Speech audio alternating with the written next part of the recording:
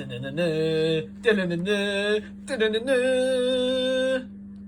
TV.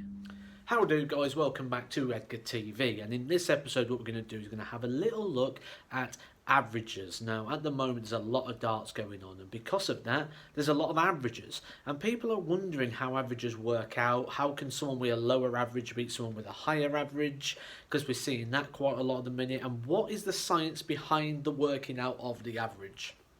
Averages are very simple.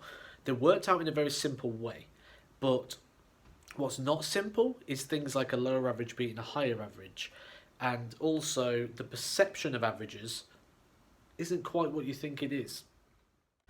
Okay, so by now you're very used to seeing these little boxes come up telling you what the averages are, but what is the maths and the science behind them? So basically it's very simple. It's the darts used and the points scored, the two working together. So take this example. 501 points, which is one leg of darts. 501 points done in 15 darts is just simply 501 divided by 15 gives you a total of 100.2 average for that leg. If you won that game 3-0, it's 1,503 points divided by 45, which is exactly the same equation, really. If you lose a leg, it's very simple to work out. So you just take the score that you've done. So if you lost a leg on double 16, you scored 469 points, and then you divide that by the amount of darts that you have thrown. And don't forget to times that by 3. This will give you a single dart average. When you get your single dart average, times it by 3, and that's what you normally get, what you see on the TV, a 3-dart average, not a single. So earlier I said to you the perception of averages isn't quite what I think it is. So take a look at this. This average. So if someone won with this average, you'd think they've got lucky, you'd think that they haven't really played too well, and that, yeah, they've not really, they're going to need to up it to get there. This average, you'd think someone played really, really well, and actually they're a contender playing at this sort of average. No, this actually happened to me in the UK Open. So I came off a game with Josh Payne, and I threw an 88 average, I believe it was. And the commentator said to me afterwards, you're probably going to have to put 4 to 5 points on your average to be able to go further. And I says, how does that work? And this is why I did that, guys. So this average is 18 darts. This average is 16 darts.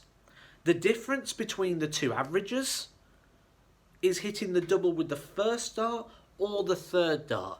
If I have the opportunity to go out and hit a 93 average, that means I have been allowed 6 visits to the board.